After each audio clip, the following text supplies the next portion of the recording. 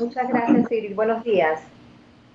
Muy buenos días y queríamos empezar en realidad hablando de este decreto, ¿no? De alguna manera ya se está pidiendo, claro, no es que tampoco se pueda hacer mucho, de acuerdo a lo que dice el Ejecutivo, pero se está pidiéndole a los colegios privados que se le faciliten a los padres de familia datos de manera detallada, oportuna y sencilla para, a modo de declaración jurada, para que los padres puedan evaluar, ¿no? ¿Cuánto se les está cobrando? ¿Cómo evalúa usted esta medida?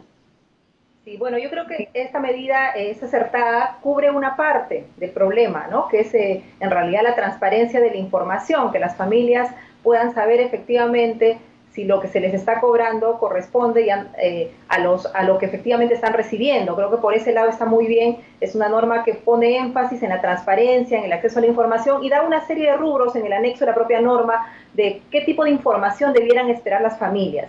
Por ahí creo que está muy bien por el lado de la transparencia, de poder tener información ya con rubros predecibles y sobre los cuales saber si efectivamente el cobro que se está haciendo a las familias corresponde o no al servicio que se está recibiendo. Mi preocupación va por el lado en realidad, de la continuidad del servicio, ¿no? O sea, creo que todos sabemos, y esto es anterior a toda esta crisis, a la pandemia, todos sabemos el problema en general de la educación, pero también de la educación privada. Hay una gran cantidad de colegios de bajo costo.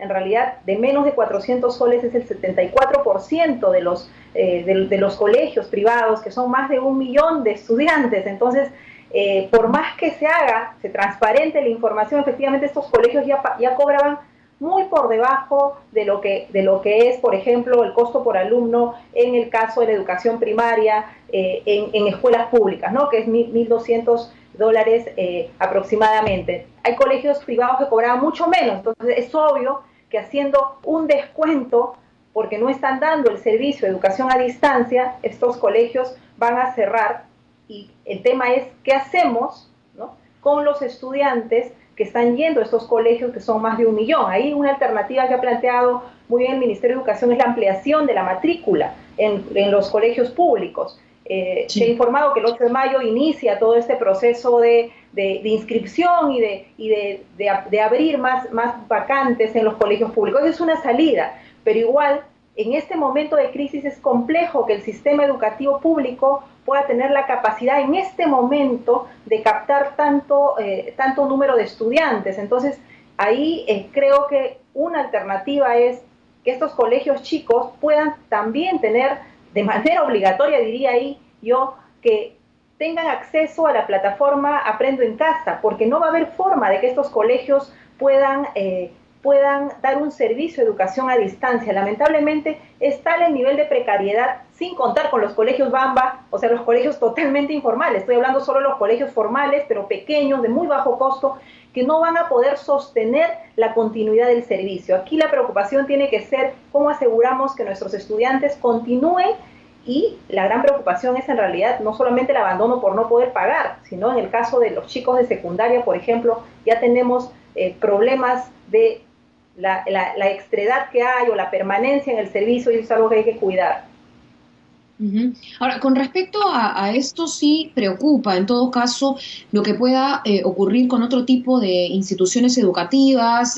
Hay dentro de ello además mucha informalidad, muchas instituciones que de repente, por más de que brinden datos, si es que los brindan, no van a querer reducir sus pensiones, porque se supone que el Ejecutivo aprueba este decreto y dice que va a estar sujeto a fiscalización posterior, pero mientras tanto, ¿quién fiscaliza? ¿Cómo realmente se verifica o es simplemente letra muerta? Ahorita lo que han dado es la potestad de supervisión, lo tiene efectivamente la SUGELS, las direcciones regionales a nivel del territorio, y de hecho también la fiscalización, Indecopi hace también su trabajo y eso lo reconoce el propio decreto legislativo, y está establecido en las normas así. El tema es que todavía para la parte de la sanción tenemos que esperar los 15 días que tiene que pasar para la reglamentación, que también se señala. Entonces ahorita en realidad lo que pueden hacer las direcciones regionales, las UGES, lo que han venido haciendo es la supervisión. Ahorita ya hay parámetros para efectivamente ver qué tipo de información deben de dar. Hay un listado, hay un anexo dentro del propio decreto legislativo que va a orientar la labor de las direcciones regionales y las UGES. Pero aquí hay un tema.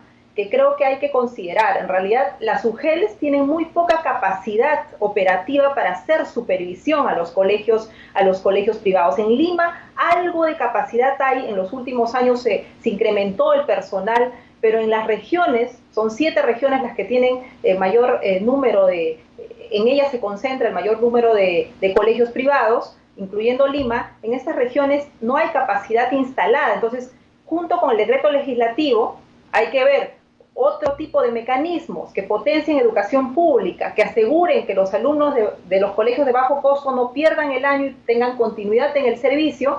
Y lo otro es que las direcciones regionales y las UGEL tienen que ser reforzadas, potenciadas para poder cumplir esa función que le ha dado el decreto legislativo. Si no, en realidad vamos a tener la función, vamos a tener el marco normativo, pero no vamos a tener la capacidad operativa para poder concretar lo que se señala aquí, y es que los colegios puedan dar información, puedan llegar a un acuerdo con las familias y en los casos que correspondan se puedan hacer los descuentos y las rebajas de las pensiones. Ahora, algo que dice el decreto que me parece interesante, ¿no? Es que tienen 7 días entonces para poder transparentar estos costos fijos y variables, en fin, y lo que puede hacer el padre de familia es bien estar de acuerdo con la propuesta o la oferta que le dé el colegio, o bien estar en desacuerdo. En ese caso, sí, el colegio debería devolver de manera proporcional al tiempo de permanencia del estudiante el pago por derecho de la cuota de matrícula, pensiones canceladas, cualquier otro concepto. Esto también me imagino que va a ser complicado, ¿no? Bueno, es complicado, pero genera también, creo que equilibra la situación de los padres respecto a los promotores, ¿no? En realidad le da un margen de negociación, o sea, los colegios también tienen que ponerse en la situación de las familias y valorar efectivamente lo que han venido haciendo. Lamentablemente, esta es una situación pues que es inesperada. No hay forma de no hacer educación a distancia, o sea, no es una opción en este momento, ¿no? Hacer educación a distancia es la única posibilidad que tenemos para asegurar el servicio. Entonces, definitivamente ahí hay mucho, y el ministro y el ministerio han estado llamando en el primer mes, el mes pasado, mucho al diálogo, y creo que ante una situación donde ya no se ha podido llegar a un diálogo, a una comprensión, sale este decreto legislativo como un mecanismo y dando una herramienta en realidad para poder transparentar los costos, ¿no? Y si esos costos no son posibles de ser explicados, definitivamente tendrán que hacer las devoluciones o las rebajas, y bueno, y las familias tendrán que optar en realidad por mantener o no a sus hijos en una institución educativa, pero también la decisión de matricular en un colegio u otro no es una decisión, pues, no es un servicio cualquiera, el servicio de la educación, ¿no? Ahí entraríamos a otro debate. Uno no establece un vínculo con una institución educativa pensando en un año, ¿no? Sino pensando en toda la escolaridad o en la cantidad de años que da la institución educativa, ¿no? Entonces yo creo que ahorita es un momento, por la propia situación, muy tensa, pero creo que hay que ponernos de acuerdo. Está este mecanismo y creo que las familias, en realidad, de los colegios donde, por ejemplo, se paga más de 1.000 soles, son muy pocos. En realidad es el 4% de la matrícula, ¿no? Entonces, en realidad, ahí hay un problema, pero creo que es más fácil ponerse de acuerdo. La preocupación mía va por el lado de estos colegios de bajo costo, donde hay más de 1 millón de estudiantes, donde si efectivamente ya pagaban poquísimo y la calidad era mala, ahora haciendo una rebaja la situación va a ser peor. Entonces tenemos que ponernos a pensar no solamente en la parte de cómo resolvemos el tema del precio, ¿no? Del costo, sino cómo atendemos el tema de la continuidad del servicio de nuestros estudiantes, pero también con calidad, ¿no? Entonces por eso es que señalaba que el ministerio debiera tener alguna medida para los colegios de bajo costo, de vincularlos a Aprendo en Casa, y por supuesto, incrementar matrícula en la educación pública. Esa es, creo que, el camino más certero y sostenible que debiéramos de hacer, pero en tanto tenemos que buscar otras medidas para hacer que los estudiantes no pierdan, ¿no? Tenemos que asegurar que en este tiempo los menos posibles se queden atrás.